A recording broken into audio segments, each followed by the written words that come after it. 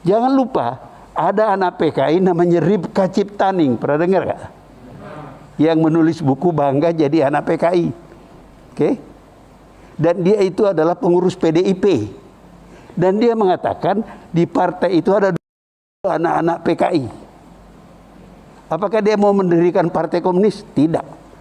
Tapi dia bisa menggunakan kekuasaan itu meminjam tangan pemerintah, membalaskan dendamnya kepada orang-orang Islam. Nah, ketika undang-undang HIP itu mulai muncul, orang Islam teringat, ini kalau dibiarkan, ini akan kembali kepada Nasakom. Tentara juga, ini berbahaya. Kalau ini dibiarkan, itu bisa kejadian pembantaian seperti dulu. Nah, ini adalah pengalaman yang terekam dengan baik di kalangan orang-orang yang pernah menjadi korban PKI. Siapa itu? Orang-orang Islam yang banyak disembelih oleh PKI dan tentara. Pengalaman kita menunjukkan di zaman Nasakom sebelum Gestapo, PKI itu berlindung di balik Soekarno untuk menindas orang Islam. Hamka di penjara, sejumlah tokoh-tokoh Masyumi di penjara, tokoh-tokoh Islam. Salah satu problem di Indonesia ini, orang nggak tahu sejarah, malas belajar sejarah. Saya beri beberapa contoh. Kesalahan pemerintah karena tidak mengerti sejarah. Dan juga mungkin ini pemimpin Islam juga banyak yang melakukan kesalahan karena tidak begitu mempelajari sejarah, tidak mengerti.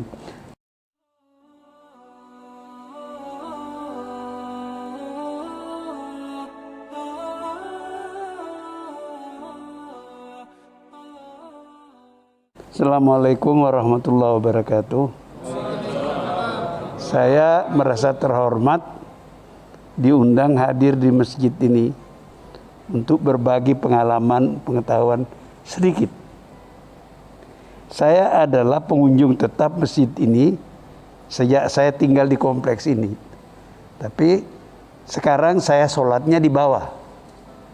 Karena saya nggak terlalu kuat lagi naik dan sholat secara normal seperti Anda. Jadi saya punya kursi-kursi di bawah. Gitu.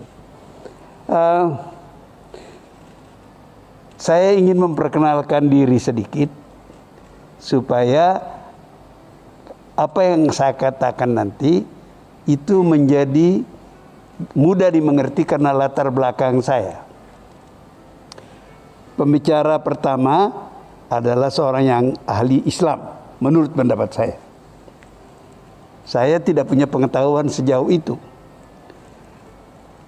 Pendidikan saya sosiologi dari Universitas Indonesia. Kemudian saya mendapat master di Amerika. Kemudian dapat doktor. Ilmu saya ilmu sosial, sosiologi, hubungan internasional, dan politik. Jadi saya tidak akan bisa seperti beliau tadi mengutip-ngutip ayat. Pasti salah. Bukan saya tidak mengerti, saya juga pernah belajar agama. Saya dulu lulusan ibtidaiyah di Darud Da'wah wal Irsyad di Parepare, kampung saya. Tapi ilmu itu tidak cukup untuk saya dakwakan kepada Anda. Oleh sebab itu saya berbicara dimensi politik, sosial politik daripada kemerdekaan. Sebagian besar secara Islam sudah beliau jelaskan tadi dan bagus sekali. Salah satu yang saya ingin kembangkan dari ceramah beliau tadi adalah soal sejarah. Kalau tidak salah, tadi malam kalau Anda nonton saya di ILC, itu saya kemukakan lagi. Salah satu problem di Indonesia ini orang nggak tahu sejarah, malas belajar sejarah. Saya beri beberapa contoh. Kesalahan pemerintah karena tidak mengerti sejarah. Dan juga mungkin ini pemimpin Islam juga banyak yang melakukan kesalahan karena tidak begitu mempelajari sejarah, tidak mengerti. Contoh yang selalu saya kemukakan, kalau nggak salah di TV tadi malam saya ulangi lagi, Bung Karno. Bung Karno itu menjelang Gestapo mengembangkan ideologi Nasakom. Masih ingat? Kalau usia Anda masih sekitar usia saya 77, tentu ingat. Tapi yang muda-muda mungkin nggak ingat. Jadi Nasakom ini gagasan Bung Karno tahun 26. Setelah pemberontakan PKI, Silungkang, Jakarta, dan Banten. Kalah, tumpas oleh Belanda. Dan pemberontak dibuang ke Bovendigul. Bovendigul itu di Papua sekarang. Bung Karno melihat pemberontakan itu gagal karena tidak ada persatuan. Itu komunis saja. Jadi Bung Karno mengajak persatuan nasionalis, Islam, dan komunis. Nggak ada masalah waktu itu. Kenapa tidak ada masalah? Komunis belum jadi ancaman bagi orang Indonesia. Tahun 48, bapak-bapak, ibu-ibu, mudah-mudahan belajar sejarah, tahu ada pemberontakan PKI di Madiun. Banyak korbannya. Korbannya itu banyak alim ulama, ya, perwira-perwira TNI, tokoh-tokoh birokrasi, dan sebagainya. Sejak itu, cara orang Indonesia yang bukan komunis melihat Indonesia itu sebagai ancaman. Lalu terjadi apa yang sebagian besar kita ingat. Gestapo tahun 65. Sejumlah jenderal itu dibunuh oleh PKI. Keadaan itu memperburuk kemungkinan mengembangkan persatuan berdasarkan Nasakom. Akhirnya akan Bung Karno tersingkir dan Nasakom itu tidak dibicarakan lagi, habis sudah sejarahnya. Nah, ini adalah pengalaman yang terekam dengan baik di kalangan orang-orang yang pernah menjadi korban PKI. Siapa itu? Orang-orang Islam yang banyak disembelih oleh PKI dan tentara. Makanya kalau Anda lihat sekarang penentangan terhadap rencana undang-undang HIP itu adalah orang-orang Islam dan tentara, pensiunan tentara terutama, karena yang tentara nggak boleh berpolitik lagi, gitu. Nah, saya mengatakan seandainya Bung Karno tahun-tahun demokrasi terpimpin sejak 59 sampai tahun 65 menyadari, mempelajari sejarah itu, beliau tidak berkutat mempertahankan Nasakom. Karena mempertahankan Nasakom itulah maka dia akhirnya tersingkir. Nah, ketika undang-undang HIP itu mulai muncul, orang Islam teringat, ini kalau dibiarkan ini akan kembali kepada Nasakom. Tentara juga ini berbahaya. Kalau ini dibiarkan, itu bisa kejadian pembantaian seperti dulu. Nah, apakah ada kemungkinan ke sana? Apakah ada bahaya itu ada? Saya adalah orang sejak beberapa tahun terakhir berapi-api bicara, baik di kuliah-kuliah saya, ceramah-ceramah saya, dan di televisi. Apa yang saya katakan? Komunis itu sudah bangkrut. Uni Soviet bubar. Cina jadi kapitalis. Vietnam jadi kapitalis. Ada partai komunis di negeri itu. Tapi ideologi komunis tidak lagi mereka jalankan. Tapi kalau Anda tanya, saya baca kemarin ada berita dari Beijing, Xi Jinping itu masih menyebut komunis. Tapi nggak ada praktek komunis lagi. Saya berkali-kali ke Tiongkok, itu kapitalis betul. Sudah mati itu ideologi. Lah kok masih takut kita di Indonesia? Pengalaman kita menunjukkan di zaman Nasakom sebelum Gestapo, PKI itu berlindung di balik Soekarno untuk menindas orang Islam. Hamka di penjara, sejumlah tokoh-tokoh Masyumi di penjara, tokoh-tokoh Islam, Selain orang seperti Mokhtar Lubis, ya, orang seperti Syahrir, itu semua musuhnya PKI, penjara. Baru bebas setelah Gestapo, dibebaskan oleh pemerintahan Orde Baru. Jadi orang ada ketakutan, jangan sampai PKI itu menyelusup ke dalam PDIP, ya, dan dari dalam menggunakan tangan pemerintah menindas orang Islam. Jangan lupa ada anak PKI namanya Ripka Ciptaning, pernah dengar gak? Yang menulis buku Bangga Jadi Anak PKI, oke? Dan dia itu adalah pengurus PDIP, dan dia mengatakan di partai itu ada anak-anak PKI. Apakah dia mau mendirikan partai komunis? Tidak. Tapi dia bisa menggunakan kekuasaan itu meminjam tangan pemerintah, membalaskan dendamnya kepada orang-orang Islam. Ini yang ditakutkan oleh orang Islam. Bukan partai komunisnya. Partai itu sudah bangkrut. Habis sudah. Jadi kembali lagi, mengapa ini saya jadikan contoh? Karena Bung Karno tidak mempelajari sejarah dengan benar. Bahwa gagasan tahun 26 tidak bisa dipakai lagi di tahun 60-an. Tahun 26 tidak ada komunis internasional. Tidak ada perang dingin. Tidak ada pertentangan antara Amerika dengan Uni Soviet. Ketika Bung Karno berapi-api bicara persatuan berdasarkan Nasakom di zaman demokrasi terpimpin antara tahun 59 sampai Gestapo, keadaan dunia sudah berubah. Perang dingin luar biasa hebatnya. Dan Indonesia tidak bisa terbebas dari perang dingin itu. Tidak ada negara yang bisa bebas dari pergolakan zaman itu. Nah, seandainya Bung Karno belajar sejarah dengan baik, dia tidak paksakan kehendaknya untuk masyarakat Indonesia. Akibatnya fatal, berapa banyak orang terbunuh setelah Gestapo itu. Tidak semua orang itu komunis. Banyak yang nggak ngerti apa-apa. Saya termasuk wartawan pertama yang datang ke Pulau Buru tahun 68 saya kira.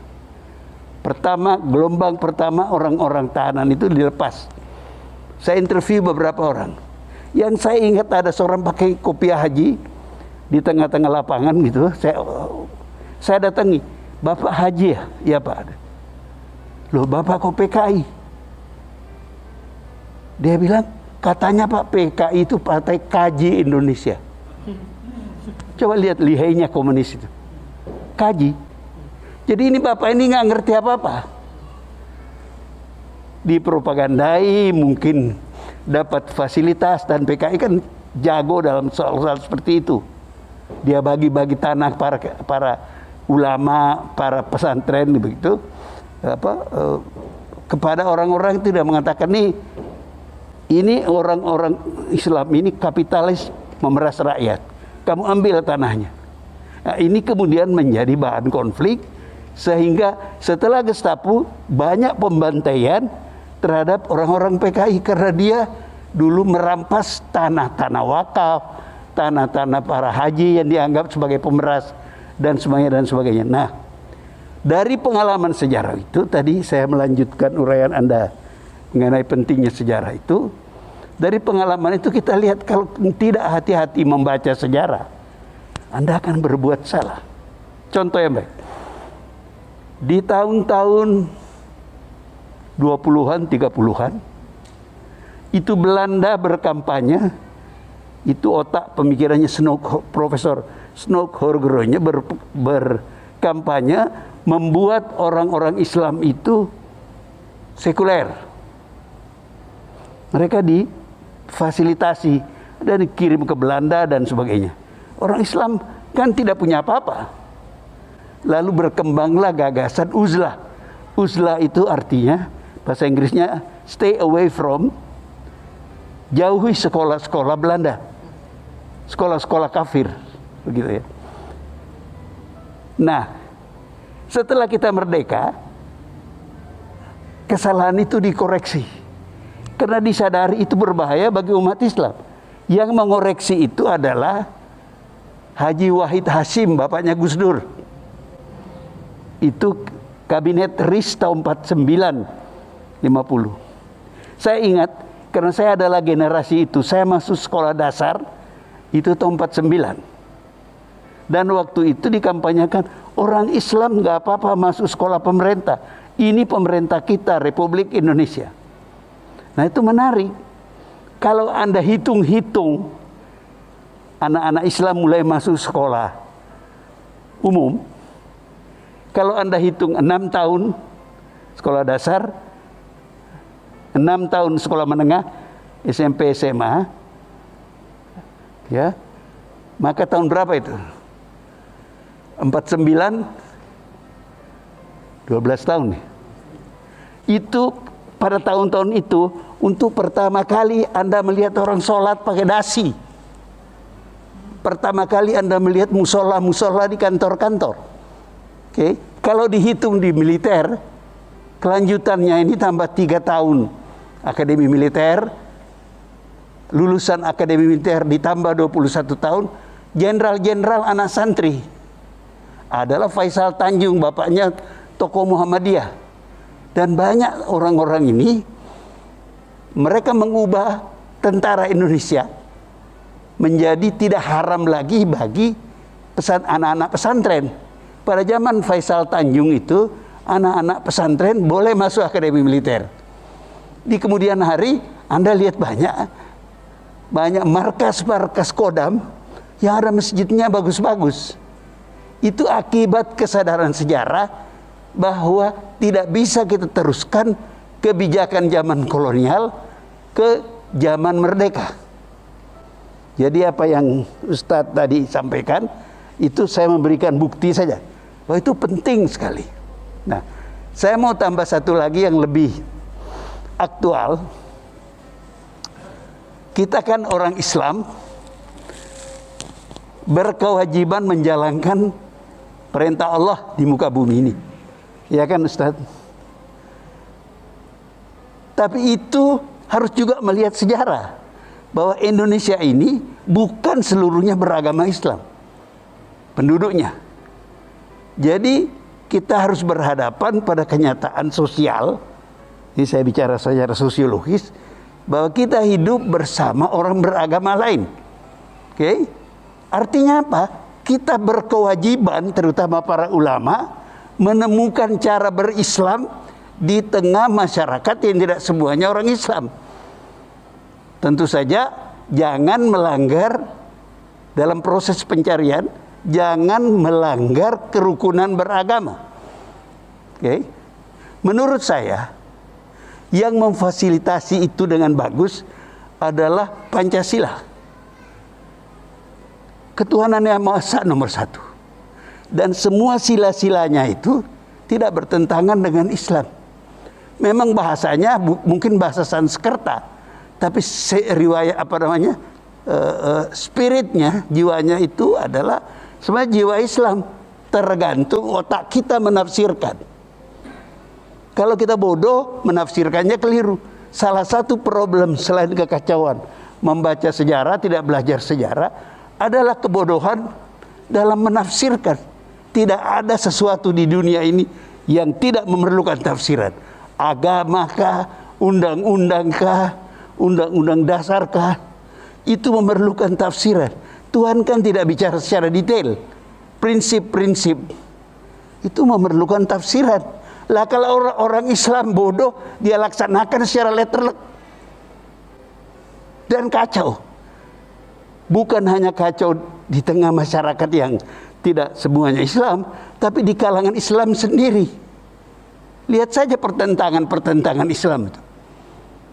Coba renungkan, berapa tahun setelah Nabi Muhammad meninggal, sudah kocar-kacir orang Islam itu.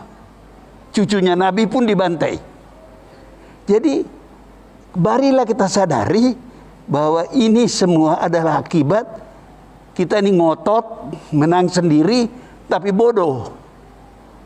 Begitu. Jadi orang Islam ini dianjurkan baca sejarah dan membebaskan dirinya dari kebodohan. Kalau membebaskan diri kebodohan, antara lain pandai mencari peluang-peluang sehingga bisa menang tanpa mengorbankan, membuat banyak korban. Jadi, nah saya mau mengatakan bahwa kalau kita pandai bersyukur kepada Tuhan, kita tahu yang sangat diuntungkan oleh Islam, Indonesia merdeka itu adalah orang Islam. Itu sebabnya mereka harus bersyukur pada Tuhan dan jangan bertingkah laku kayak minoritas tertindas. Kalau tertindas, itu tidak seluruhnya kesalahan penindas. Sebagian adalah kesalahan kita. Kita harus mengatasi itu. Kira-kira itulah provokasi saya. Ya, saya ini profesor. Dan kalau saya ngomong terlalu beradab di depan kelas, bisa ngantuk murid-murid saya. Saya itu guru besar Universitas Pertahanan. Murid-murid saya itu kolonel-kolonel. Nah, sekarang banyak yang jadi jenderal. Itu kira-kira Ustadz provokasi saya. Terima kasih. Mohon maaf kalau ada yang kurang berkenan. Saya sudah jelaskan latar belakang saya. Jadi saya bicara tentang Islam tidak seperti beliau, karena beliau belajar Islam, saya belajar ilmu-ilmu duniawi gitu. Dan itu yang saya share dengan Anda dalam melihat Islam dan negara, Islam dan masyarakat di Indonesia. Terima kasih, mohon maaf kalau ada kurang-kurangnya. Wassalamualaikum warahmatullahi wabarakatuh. Saya mau menanggapi sedikit saja yang sudah diperjelas sebenarnya baik oleh Profesor Suteki maupun oleh Riza Ramli. Sudah jelas semua persoalan kita. Jadi saya barangkali mau menambah saja dengan mengatakan kenapa itu bisa terjadi. Begini, di zaman Orde Baru itu ada satu orang berkuasa. Dia bisa berkuasa karena didukung oleh partai terkuat di Indonesia. Namanya ABRI. Jadi bukan Golkar. Golkar itu jangan macam-macam. Yang berkuasa dulu, yang mendukung penguasa, yang jadi pegangan Pak Harto itu ABRI, bukan Golkar.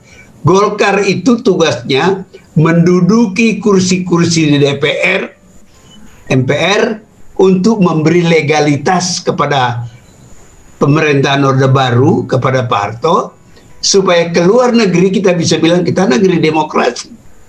In reality sebenarnya tidak. Tapi kenapa tidak terlalu ribut 10 tahun pertama Soeharto? Ya ada ribut-ribut, ada malari misalnya. Tapi pada umumnya karena orang ada kepastian dan ada hasil dari pembangunan ekonomi Soeharto. Disebut-sebut di situ peranan teknokrat Pak Wijoyo, gitu ya.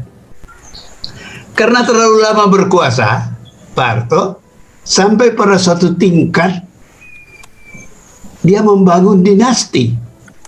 Bung Karno tidak melakukan itu karena sampai Bung Karno turun, anak-anaknya belum ada yang menduduki popularitas kedudukan yang bisa diterima kalau dicalonkan. Jadi Bung Karno tidak mengalami itu. Nah, Pak Harto mengalami itu. Jadi disebut tadi Tutut jadi menteri dan sebagainya. Dalam buku saya, semi memoir, saya jelaskan saya pernah jadi penasehat Mbak Tutut di sidang Badan Pekerja MPR bersama Saudara Rias Rasid. Rias agak risih, dia nggak mau. Saya mau. Kenapa? Saya ini kan pada dasarnya wartawan, ingin tahu. Saya mempelajari politik Indonesia secara akademis, tapi saya juga mau tahu secara praktek dari dalam. Karena itu saya menjadi penasehat ketua fraksi Golkar dipimpin Mbak Tutut waktu itu. Saya duduk dekat beliau selama sidang-sidang Badan Pekerja. Ada yang protes, tapi ya nggak bisa apa-apa. Waktu itulah saya bilang kepada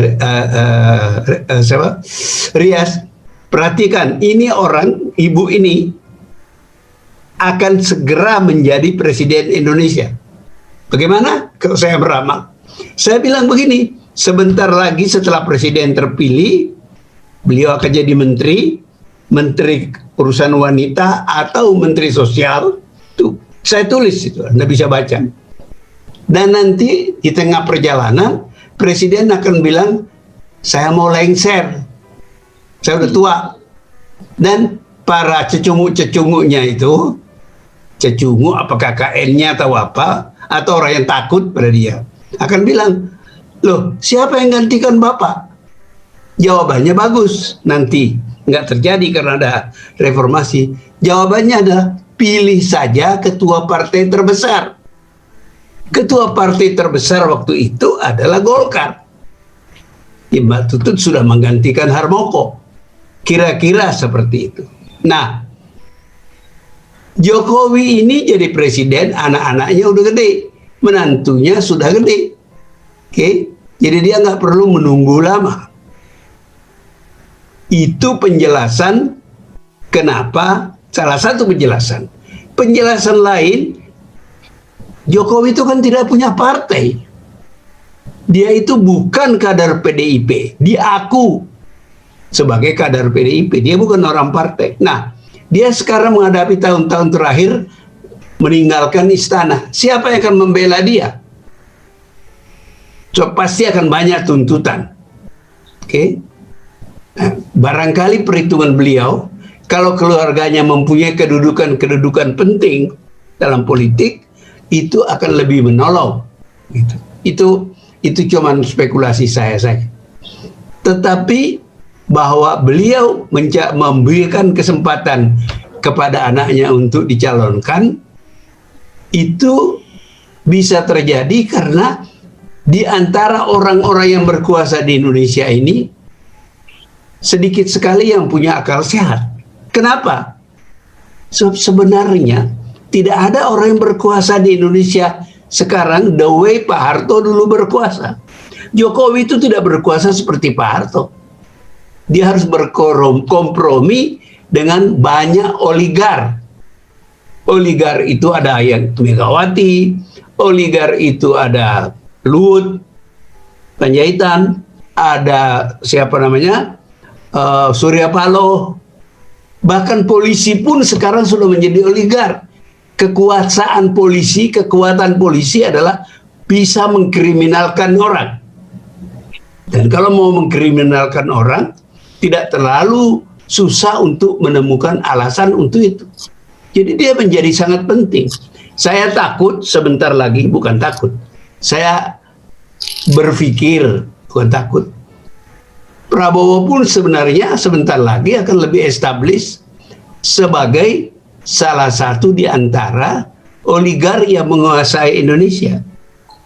Maka tidak seluruhnya kebijakannya Presiden Jokowi itu adalah kemauannya dia sendiri. Dia harus berkompromi kiri kanan. Tidak ada kontrolnya yang penuh di parlemen seperti dulu Pak Harto menguasai MPR dan DPR. Jadi kalau persoalan kita ini banyak sekarang, kita tidak bisa berharap banyak kepada Pak Jokowi, bukan karena dia jahat. Dia nggak punya kekuasaan. Kita tidak tahu undang-undang yang mana yang dia usulkan, perjuangkan, dan mana yang dia terpaksa perjuangkan karena harus meladeni kepentingan oligar-oligar yang lain. Saya kasih Anda contoh. Dia akan dituduh, dicurigai, apa PKI, apa-apa begitu. Ya tentu dia akan bilang, waktu Gestapo saya masih berapa tahun, saya masih bayi. Oke. The point adalah di PDIP, partai yang menjadi resminya mencalonkan Pak Jokowi, ada seorang yang menulis buku, aku bangga sebagai anak PKI, dan mengaku bahwa anak PKI banyak di PDIP. Oke. Nah, orang menyimpulkan saja, menghubungkan itu dengan Jokowi. Oh, Jokowi itu melindungi PKI. Nah, itu dihubungkan dengan undang-undang HIP itu. Oke. Jadi itu merugikan Jokowi sebenarnya. Saya tidak terlalu percaya Jokowi itu komunis. Dia berada dalam posisi sulit saja karena yang mendukung dia adalah PDIP. Sementara ideologinya PDIP itu adalah kelanjutan dari ideologinya Bung Karno. Nasakom, tidak, kata itu nggak dipakai. Begitu ya. Jadi Bung Karno itu kan sampai meninggal itu tidak mengutuk PKI, tidak meninggalkan Nasakom, dan ideologi itu menurut saya nampaknya dipertahankan oleh PDIP. Itu sebabnya PDIP tidak terganggu dengan pernyataan siapa namanya itu penulis buku itu, Cipaning.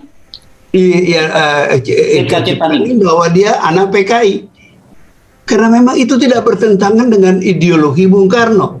Bung Karno kan tidak merasa, tidak membubarkan Nasakom, dan itu dilanjutkan oleh PDIP sekarang di bawah pimpinan Ibu Megawati.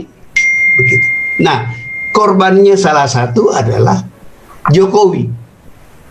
Mungkin Jokowi diberitahu ini kau tuh dari korban ini, tapi dia nggak bisa apa-apa karena bahasa perpolitikan kita sekarang ini dikelola berjamaah oleh para oligark. Jadi kayak kasus antara Profesor Suteki itu, dia keluar, mengusir dia dari Diponegoro. Kita nggak tahu. Banyak undang-undang yang harus kita seperti tebak-tebakan, kira-kira ini siapa yang punya kepentingan. Sebab itu harus diladeni oleh Jokowi karena dia nggak punya kekuasaan. Sesungguhnya kekuasaan Jokowi, modal Jokowi itu adalah tanda tangan. Dia adalah presiden. Keputusan apapun kalau tidak ditandatangani presiden itu nggak bisa jalan. Nah itu kekuasaannya Jokowi. Nggak ada yang lain. Dia nggak punya pengikut, nggak punya partai. Gitu. Jadi dia bisa jadi presiden karena ketemu kepentingan sejumlah oligark. Mula-mula mungkin beberapa, tapi lama-kelamaan mereka berkerumun dan semuanya itu menagih sesuatu dari Jokowi. Tagihan itu adalah yang mereka inginkan itu kebijakan-kebijakan yang menguntungkan mereka. Jadi kami para pengamat politik harus pintar-pintar cari info. Jadi kayak Intel aja cari info untuk menebak siapa yang punya kepentingan ini.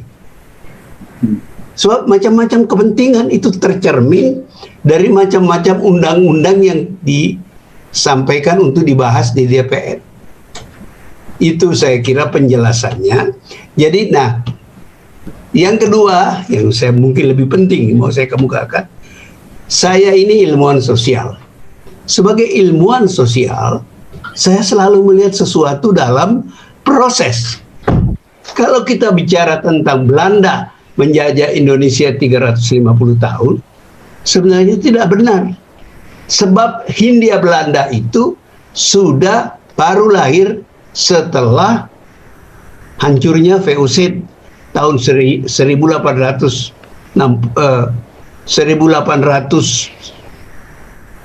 sekian itu. Lalu pemerintah Belanda mengambil alih VOC dan kemudian didirikanlah negara Nederland ini. Itu abad 19. Abad ke-20, awal abad ke-20, ketika gubernur jenderalnya adalah Van Hertz, dia bekas tentara yang memimpin perang Aceh, kemudian dia jadi gubernur jenderal. Pada waktu itu ancaman kepada Nederland ini itu kelihatan. Ada ancaman Inggris, ada ancaman Perancis, macam-macam. Jadi harus ada konsolidasi Hindia Belanda. Hindia Belanda inilah kemudian melalui proses menjadi Republik Indonesia. Jadi sebenarnya kita tidak dijajah sejauh itu, selama itu. Prosesnya berjalan. Nah, merdeka juga begitu. Bukan ucut-ucut proklamasi dibacakan, kita langsung merdeka. Formalnya merdeka. Tapi prosesnya panjang. Dan sampai sekarang, kita belum merdeka sebagaimana yang kita bayangkan. Karena itu tadi ada persoalan politik. Kira-kira seperti itu. Jadi apa nasihat saya? Berjuang dan sabar. Berjuang dan sabar. Karena kita kalau tidak sabar, kita tekanan darahnya tinggi. Kalau kita tidak berjuang, ya begini-begini terus. Jadi saya setuju kritikannya saudara Rizal Ramli yang vokal, sebab itu untuk mengingatkan kita dan mengingatkan elit kita, there is something going wrong in this country. We have to fix this. Nggak bisa begini terus. Jadi saya juga ingin menasihatkan kepada pemerintah untuk menyadari ini, supaya tidak panik nangkepin orang, mengkriminalkan orang. Sebab itu tidak menolong proses kita menjadi demokrasi yang baik. Demokrasi itu proses. Mungkin sama dengan bebas dari kekuasaan asing. Di dunia ini praktis nggak ada negara yang 100% bebas. Persoalannya degree daripada kemerdekaan itu. Berapa merdeka kita? Itu proses harus diperjuangkan.